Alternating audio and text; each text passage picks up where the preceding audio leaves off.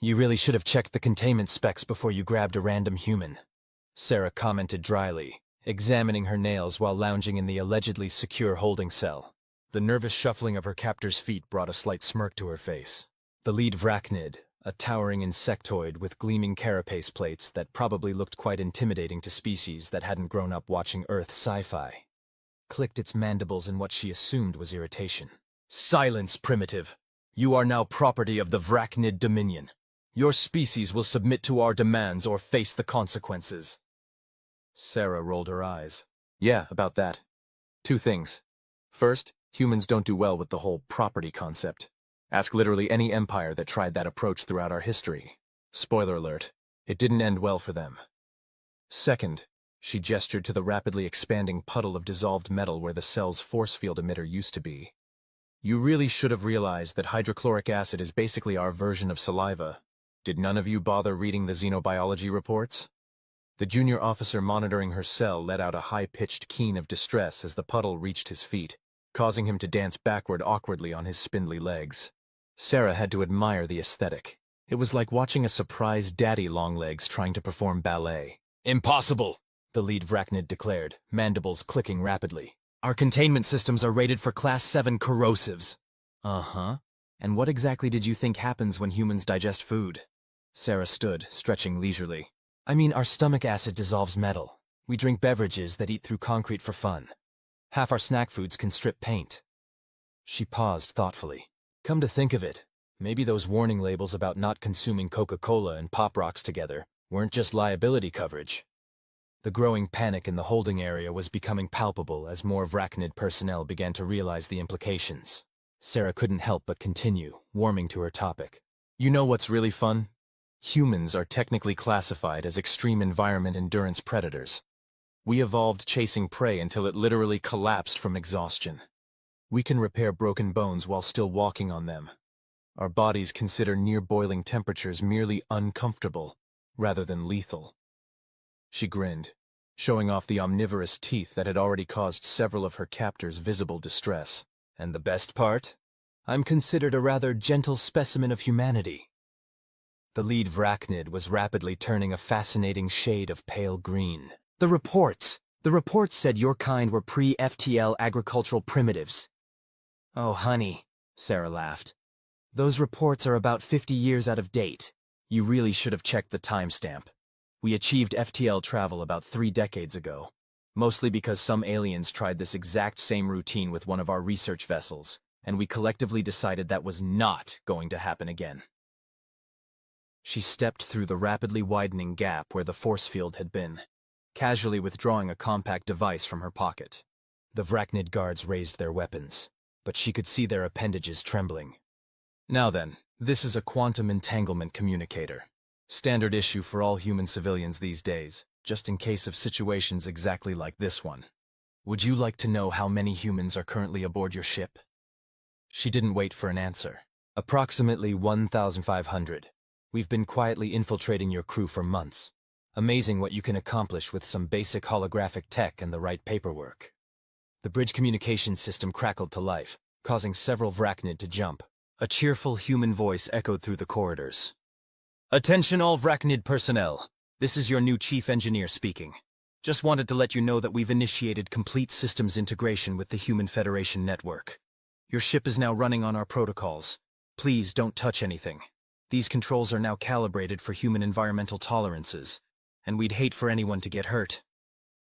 Sarah couldn't hold back her laughter at the collective sound of horrified chittering that filled the holding area. Oh, and fun fact. Humans are partially immune to your neural toxins. Something about our weird brain chemistry. We basically just get a mild buzz and some interesting visual effects. Your security teams found that out the hard way about 10 minutes ago. The lead vrachnid swayed slightly. But why? Why infiltrate us like this? Why not just attack openly? Attack? Oh no, you've got it all wrong. Sarah's grin widened. This isn't an attack. This is a job interview. Humanity has been looking for new trading partners, and your species has some fascinating biotech we're interested in. We figured the best way to evaluate your potential was to see how you handled first contact scenarios. Have to say, the immediate hostage-taking approach isn't winning you many points. She patted the increasingly distressed alien on what she assumed was its shoulder. "Don't worry too much, though. We're willing to overlook this little diplomatic faux pas if you're open to discussing more equitable arrangements. Our ambassador is waiting in your ready room. She's brought coffee and those little sandwich cookies everyone seems to love. Shall we?" The following hours aboard the Vrachnid vessel were filled with what would later be described in official reports as vigorous negotiations, though several witness accounts used terms more along the lines of barely controlled chaos and watching an entire species collectively realize they'd picked a fight with Space Australia. By the end of the day, the Vrachnid Dominion had signed 3 separate trade agreements, officially apologized for the unfortunate misunderstanding regarding human classification, and somehow ended up agreeing to host the next Interstellar Food Festival, though none of the Vrachnid representatives could quite recall how that last part happened. Sarah's final report to Human Federation headquarters was succinct. Mission accomplished. Subject species shows adequate potential for trade relations, though considerable cultural adjustment will be needed. Recommend immediate implementation of xenobiology education program. P.S. They're particularly susceptible to human grandmother guilt tactics. Suggest deploying Betty from accounting for follow-up negotiations. No species can resist her cookies. The Vrachnid would later become one of humanity's closest allies, though they never quite lived down the reputation of being the ones who tried to take a human hostage without checking the safety protocols. The incident became required reading at their diplomatic academy, filed under How Not to Make First Contact, a comprehensive guide to avoiding obvious mistakes.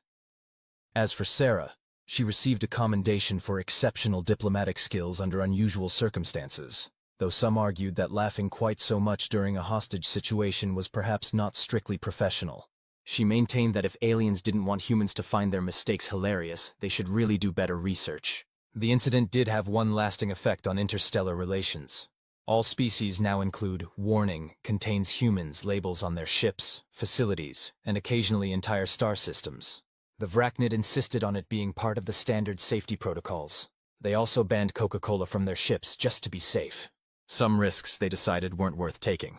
Years later, at a diplomatic function, a junior Vrachnid diplomat nervously approached Sarah, who was now serving as the Human Federation's chief of xenocultural relations. "Honored administrator," they chittered. "Is it true that humans actually enjoy consuming ethanol as a recreational activity?" Sarah took a long sip of her martini, maintaining direct eye contact. "Oh, my sweet summer child," she replied. "Let me tell you about this little thing we call college spring break." The resulting conversation led to yet another warning label being added to the official xenobiology database. Caution. Human recreational activities may cause existential crisis in unprepared observers. The Human Federation's diplomatic corps considered this a win. After all, they reasoned, if you can't inspire a healthy mix of terror and fascination in your galactic neighbors, what's the point of being human? And somewhere in the vast expanse of space, a Vrachnid safety officer was still trying to figure out how to classify humans on the standard danger scale. They eventually settled for adding a new category. Humans. See Appendix Z. Things that should not be possible, but somehow are. Sarah kept a framed copy of that classification document in her office. It never failed to make her smile. And that's how humans became the galaxy's leading experts in aggressive diplomacy, Sarah concluded, addressing the newest batch of Human Federation diplomatic trainees. The lecture hall, designed to accommodate various species, buzzed with a mixture of amazed murmurs and concerned chittering. A young Vrachnid trainee raised an appendage. "Administrator Henderson, is it accurate that your initial contact with our species was genuinely intended as a job interview? Our historical archives remain somewhat unclear on this point." Sarah's trademark grin appeared, the one that had become famous across 3 sectors and was now officially classified as a diplomatic weapon in 6 different species' military handbooks. "Let's just say that humanity has a unique approach to corporate headhunting." A holographic display activated behind her, showing statistics from the past decade of human-Vrachnid relations. "Besides, look how well it worked out. Your biotech merged with our chemical engineering has revolutionized medical treatment across known space. Though I still maintain that naming the breakthrough universal antidote human-proof was a bit on the nose." The lecture hall's doors slid open, admitting a distinguished-looking Vrachnid wearing the elaborate ceremonial carapace of a high administrator. Sarah's grin widened as she recognized her old hostage-taker, now one of the strongest advocates for human-vrachnid cooperation. Hi, Administrator Chuck Telk. I was just telling the younglings about our first meeting. Care to share your perspective on the infamous Coca-Cola incident during the Third Trade Summit? Chuck Telk's mandibles twitched in what the assembled students had learned to recognize as the vrachnid equivalent of a long-suffering sigh. I maintain that no one adequately warned us about the effects of carbonation on our ceremonial armor. The cleaning bill alone. In our defense, Sarah interjected, we did label the drinks as mildly corrosive. It's not our fault that your species' definition of mild differs so dramatically from ours. A Zenthari student, looking like an elegant cross between a jellyfish and a crystal chandelier, pulsed with curiosity indicating bioluminescence. Is it true that humans have since been banned from bringing their own beverages to the annual Galactic Conference? Officially, yes, Sarah confirmed. Unofficially, there's now a thriving black market for Earth soft drinks. Last I heard, a single can of Mountain Dew was going for enough credits to buy a small moon. The Galactic Senate had to create a special task force just to deal with contraband Pepsi trafficking. Chuck Telke's antennae twitched. Perhaps we should focus on more diplomatic aspects of human-alien relations? Oh, absolutely, Sarah agreed cheerfully. Like the time humanity solved the century-old border dispute between the Zenthari Collective and the Peak Sulk Hive domains by introducing both species to the concept of competitive cooking shows. Master Chef, Galactic Edition has become quite popular, Chuck Telk admitted, though I still don't understand the human obsession with something called Gordon Ramsay's Greatest Hits. A ripple of laughter passed through the human students while their alien counterparts looked on in confused fascination, a dynamic that had become increasingly common in interstellar relations. But the real breakthrough, Sarah continued, came when we introduced the concept of memes to galactic society. Did you know that the Great Merkex Crisis of 2157 was ultimately resolved through the strategic deployment of cat videos? The Zenthari student pulsed again. This explains the mandatory course on understanding human viral communication patterns in our diplomatic curriculum. Precisely. Sarah pulled up another holographic display, this one showing the evolution of interstellar diplomatic protocols before and after human involvement. You'll notice that pre-human diplomatic guidelines were about 300,000 pages of dense technical documentation. Post-human guidelines can be summarized as: Step 1. Don't panic. Step 2. Assume the humans are capable of whatever you're worried about, and probably several things you haven't thought of yet. Step 3. Bring snacks. Chekatelke's mandibles clicked in what had become recognizable as amusement. You forgot Step 4. Always check if it's flammable before letting humans near it. That was one time, Sarah protested, and we maintained then as now that the Proxima Centauri Botanical Gardens incident was a valuable learning experience for everyone involved. Who knew that Venusian fire ferns would react that way to human laughter? The lecture hall's AI assistant chimed in with its daily reminder. Warning. This discussion is approaching restricted topics as per the Galactic Safety Protocols, things we agreed never to speak of again list. Sarah waved dismissively. Yes, we all signed the agreement. Though I still say classifying human sneezes as potential weapons of mass destruction was an overreaction. A quiet voice from the back of the hall asked, Is that why the Galactic Defense Force now includes human containment units, stocked with tissues and chicken soup? Actually, that was Betty from accounting's idea, Sarah explained. After the success of her cookies in the original vrachnid negotiations, she was promoted to Chief of Xenobiological Safety Protocols. Her first act was to classify chicken soup as a controlled substance due to its suspicious ability to cure almost anything. Chektelk raised all four arms in what had become the universally recognized gesture for please stop giving the students ideas. Perhaps we should move on to discussing the upcoming Interstellar Cultural Exchange Festival, the one that doesn't involve any potentially hazardous human beverages or experimental cooking. Sarah's expression turned innocent, a look that had caused at least 3 species to add new warning classifications to their diplomatic handbooks. Of course. Though I should mention that humanity has been selected to host the opening ceremony this year. We're thinking of introducing the galaxy to something we call paintball diplomacy. The collective groan from the assembled alien diplomats in training was interrupted by the lecture hall's AI. Alert! The words human, paintball, and diplomacy in the same sentence have triggered automatic notifications to 17 different species defense ministries. See? Sarah beamed at her students. This is exactly why humanity has become so essential to galactic diplomacy. We keep everyone else on their toes. She paused thoughtfully. Though I suppose I should mention that keeping someone on their toes might be considered a threat by species that don't have toes. Add that to your cultural sensitivity notes. As the lecture concluded, the students filed out, many of them frantically updating their species' respective databases on human idioms and potential safety hazards. Chuck Telke remained behind, mandibles working in what Sarah had learned to recognize as suppressed laughter. You enjoy traumatizing the new recruits far too much, old friend, the High Administrator observed. Sarah's eyes twinkled. Just wait until next week's lecture on human sports, a study in recreational insanity. I'm bringing video footage of hockey fights. I'll alert the medical staff, Chuck Alex sighed. And the psychologists, and probably the Galactic Insurance Adjusters Association. That's the spirit. Sarah gathered her materials, including her prized copy of the Humans, see Appendix Z classification document, which had now grown into a multi-volume series. Dinner later, I found a place that serves authentic Earth-style curry. Chucketelke's carapace paled slightly. Is this revenge for the hostage incident, even after all these years? Chuck Telk, my friend, Sarah laughed. Revenge would be introducing your species to Earth's concept of competitive eating contests.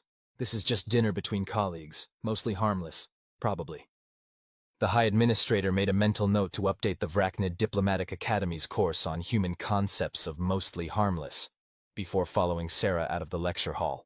Behind them, the AI quietly added 3 more items to the ever-growing list of things that make perfect sense to humans and terrify everyone else. Just another day in galactic diplomacy. The Grand Assembly Hall of the Galactic Confederation sparkled under the light of 3 artificial suns, its crystal spires reaching toward the perpetual aurora that served as the station's atmospheric shield. Inside, representatives from over 200 species gathered for the annual Galactic Cultural Understanding and Safety Summit, unofficially dubbed the What Are Humans Up to Now conference. Sarah Henderson, now serving as the Human Federation's Senior Ambassador for Interspecies Relations, stood at the podium, maintaining her diplomatic composure despite the chaos unfolding before her. The emergency session had been called following what humans would consider a minor incident, but which had somehow resulted in the complete revision of galactic safety protocols. Again, distinguished representatives, she began, I assure you that humanity had no intention of causing a diplomatic incident when we introduced the concept of extreme sports to the galaxy. The fact that 17 species have now established their own skateboarding leagues is, frankly, not our responsibility. High Administrator Chuck Tilke, who had long since accepted his role as humanity's unofficial translator to the galaxy, raised an appendage. Perhaps we should address the immediate concern. The proposal to classify human recreational activities as potential extinction-level events. Sarah sighed. The parkour incident on New Vracnid was a single occurrence, and we have already implemented strict guidelines about teaching human mobility techniques to species with exoskeletons. A PXLC representative's crystalline form vibrated with concern. We have reviewed the footage. Your younglings were performing these acts without safety equipment. Yes, Sarah explained patiently. That's rather the point of parkour. Though I should note that comparing human bone density and healing capabilities to other species standards might help explain why we consider it a reasonable hobby. The assembly hall erupted in a cacophony of concerned chittering, whistling, and crystalline resonance. Sarah caught Chucketelke's eye, and they shared a moment of silent understanding. After all these years, they had developed an almost telepathic ability to coordinate their keep the galaxy from panicking about humans routine. If I may, Chucketelke intervened, his voice carrying the weight of decades of human-alien diplomatic experience. Perhaps we should focus on the more pressing matter, the upcoming Galactic Youth Exchange Program. A collective shudder passed through the assembly. The last youth exchange had resulted in 3 new extreme sports, 5 previously unknown applications for common household items, and what was now referred to in classified documents as the Great Space Pillow Fort Incident of 2164. Sarah cleared her throat. We have taken extensive precautions this time. All human participants have been thoroughly briefed on species-specific safety protocols, and we have implemented strict guidelines regarding the introduction of Earth concepts to alien youth. Such as? Prompted a Zenthari representative, their bioluminescence pulsing with skepticism. No teaching other species' children about water balloons, practical jokes, or the concept of double dog dares, Sarah recited. Additionally, we have banned all references to hold my beer moments, and instituted a strict no YouTube policy after last year's unfortunate attempt to recreate viral videos in zero gravity. The assembly relaxed slightly, though several representatives were making notes about investigating these new terms they hadn't heard before. Sarah made a mental note to have the Human Federation's IT department strengthen their firewalls. The galaxy probably wasn't ready for TikTok challenges. However, she continued, we would like to propose a controlled cultural exchange program. We believe that with proper supervision and safety measures, we can demonstrate that human recreational activities can be adapted for interspecies participation. Chuckatel K's antennae twitched nervously. Please tell me this doesn't involve what humans call bounce houses. Actually, Sarah smiled, triggering automatic defensive protocols in 3 different species' neural implants. We were thinking of something much more traditional, summer camp. The resulting uproar necessitated the activation of the Assembly Hall's emergency calming field, a technology specifically developed after humanity joined the Galactic Confederation. As the synthetic pheromones and soothing frequencies brought the panic level down to manageable levels, Sarah continued her presentation. Our proposal includes traditional Earth camping activities, modified for various physiologies. Nature walks, storytelling, craft projects. The last human craft project we approved resulted in something called slime, becoming a controlled substance in 14 sectors, interrupted a MiraKX delegate. And supervised team-building exercises, Sarah finished smoothly. All activities have been thoroughly vetted by the Committee for Preventing Unnecessary Human-Induced Chaos. The same committee that approved human cooking classes? Chektalk asked dryly. Need I remind the Assembly of the Ghost Pepper Challenge that led to the formation of the Interstellar Spice Control Board? Sarah waved dismissively. Minor oversight. Besides, several species discovered they had taste buds they never knew about. We're considering that a win for xenobiology research. A quiet voice from the back of the assembly asked, will there be any human grandmothers involved in this program? The question sparked another wave of murmuring. After Betty from accounting's legendary diplomatic victories, human grandmothers had achieved an almost mythical status in galactic society. Several species had attempted to create diplomatic countermeasures to grandmother guilt, all without success. We have assembled a carefully selected team of supervisors, Sarah assured them. Though I should mention that Betty has volunteered to provide snacks. The announcement caused an immediate shift in the assembly's mood. Nobody could resist Betty's cookies, not even the species that didn't technically have mouths. There was a running theory in xenobiology circles that she had accidentally invented some form of edible psionics. Very well, the assembly chief declared, their multifaceted eyes reflecting the aurora above. The human summer camp proposal will be taken under consideration, pending review by the Emergency Response Division, the Xenocultural Protection Agency, and the Department of Improbable Human Activities. Sarah beamed.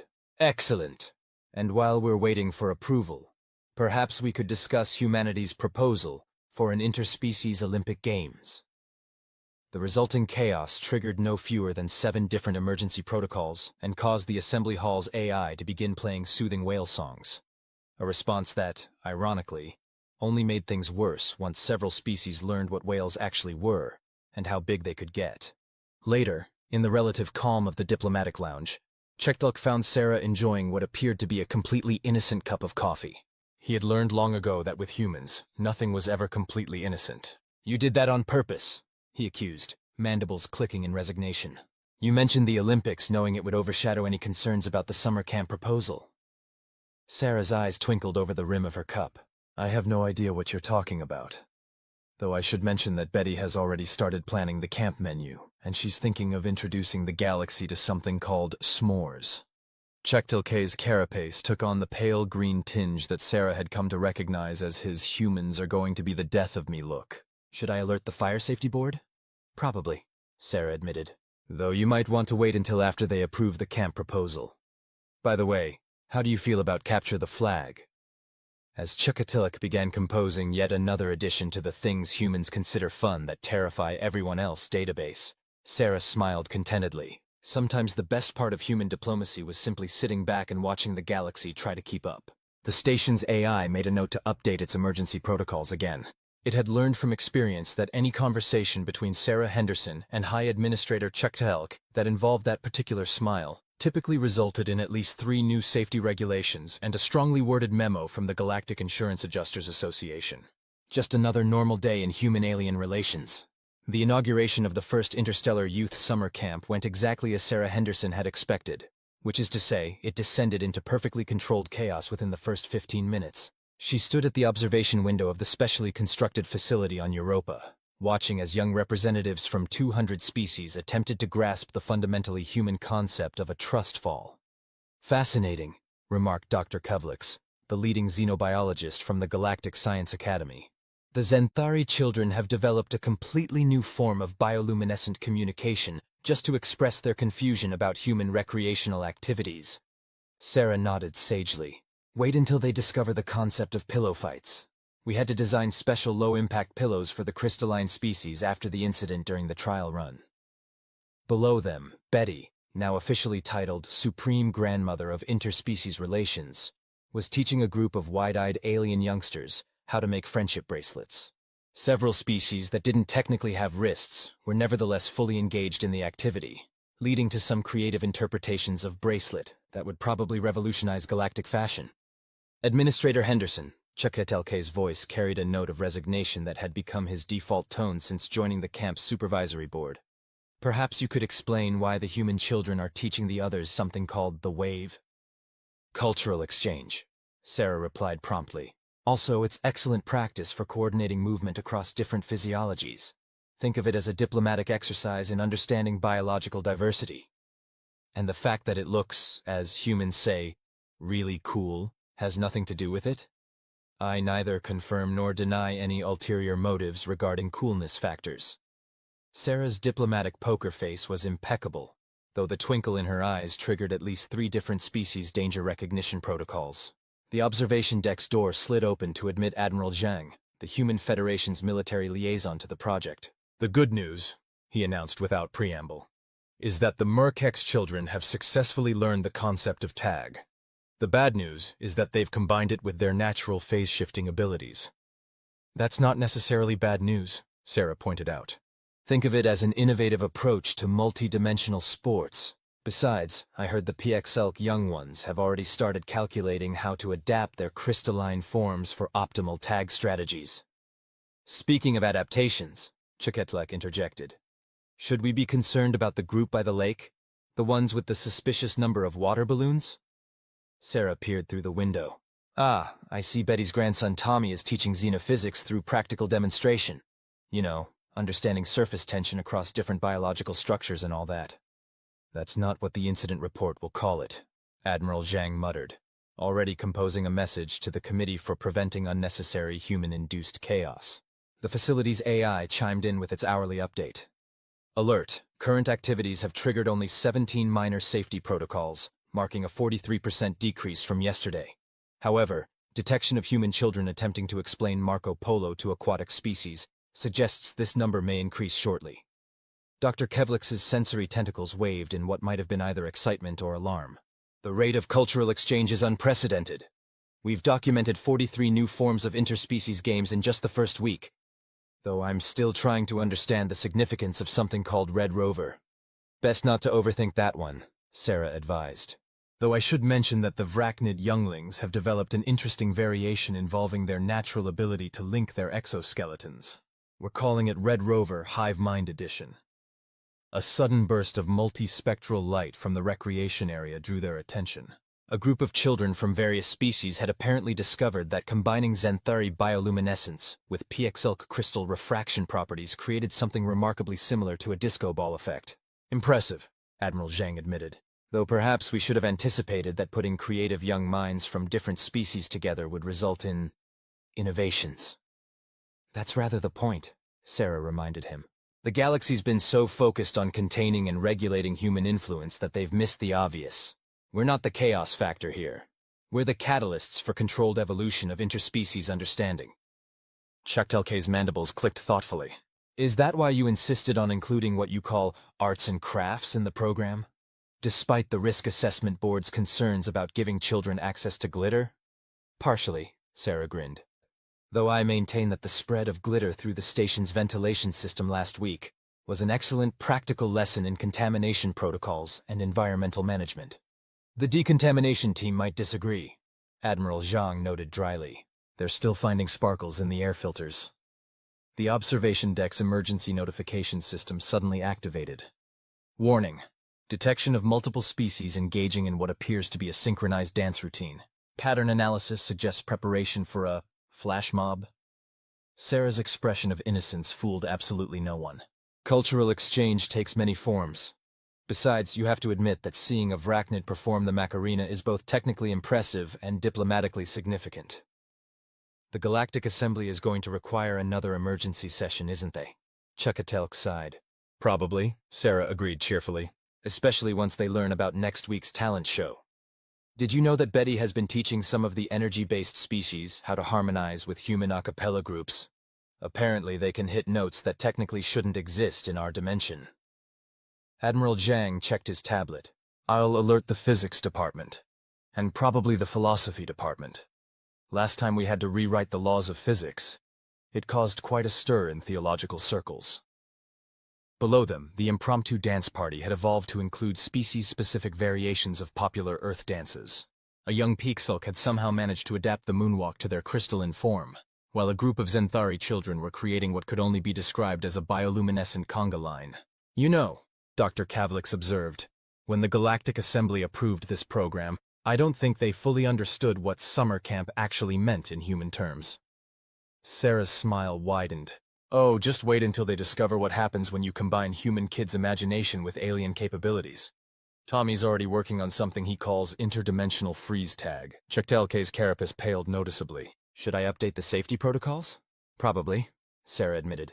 Though you might want to wait until after the talent show. I heard some of the Merkex children have figured out how to phase shift in rhythm with We Will Rock You. As the assembled officials watched their carefully planned cultural exchange program evolve into something that would probably require several new chapters in xenosociology textbooks, Sarah couldn't help but feel a sense of satisfaction. After all, if humanity's role in the galaxy was to shake things up a bit, they might as well start with the next generation. The facility's AI made one final note in its daily log. Day 8 of Human-Alien Youth Integration. Primary observation. The galaxy may never be the same. Secondary observation. This may not be a bad thing. The Europa Interspecies Cultural Center's main auditorium had been specially modified for what was being officially termed a demonstration of multi-species youth achievement. Unofficially, it was being called the event that will probably require us to rewrite several laws of physics. Again. Sarah Henderson stood backstage, reviewing the performance lineup while trying to ignore the increasingly concerned messages from the Galactic Safety Board. Beside her, Chuckatelke was attempting to process the concept of what the human children had dubbed extreme theater. Let me understand this correctly, he chittered, mandibles working overtime to express his mixture of fascination and horror. The Zenthari human collaborative performance involves using bioluminescent resonance to create what you call a light show, synchronized to something called Queen's Greatest Hits? That's just the opening act, Sarah replied, her diplomatic smile triggering automatic warnings in 3 different species threat assessment systems. Wait until you see what happens when the Peaksulk Crystal Choir combines with the Mercs phase shifters for their interpretation of Bohemian Rhapsody. The facility's AI interrupted with yet another update. Warning: detection of unauthorized modifications to standard performance protocols. Analysis suggests preparation for what humans refer to as grand finale. Ah, yes, about that, Sarah began, but was interrupted by the arrival of Admiral Zhang, who appeared to be trying very hard to maintain his military composure. The good news, he reported, is that the physics department has confirmed that the planned performances won't actually break any fundamental laws of reality. The bad news is that they're probably going to force us to add several new ones. Betty, who had somehow materialized beside them, a talent that had led to several species classifying human grandmothers as potential space-time anomalies, smiled serenely. The children have worked very hard on their performances.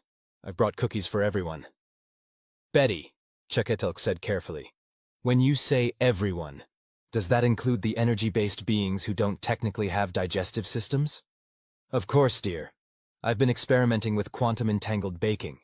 The Galactic Science Academy has been quite helpful, though they insist on classifying my recipe book as a controlled substance.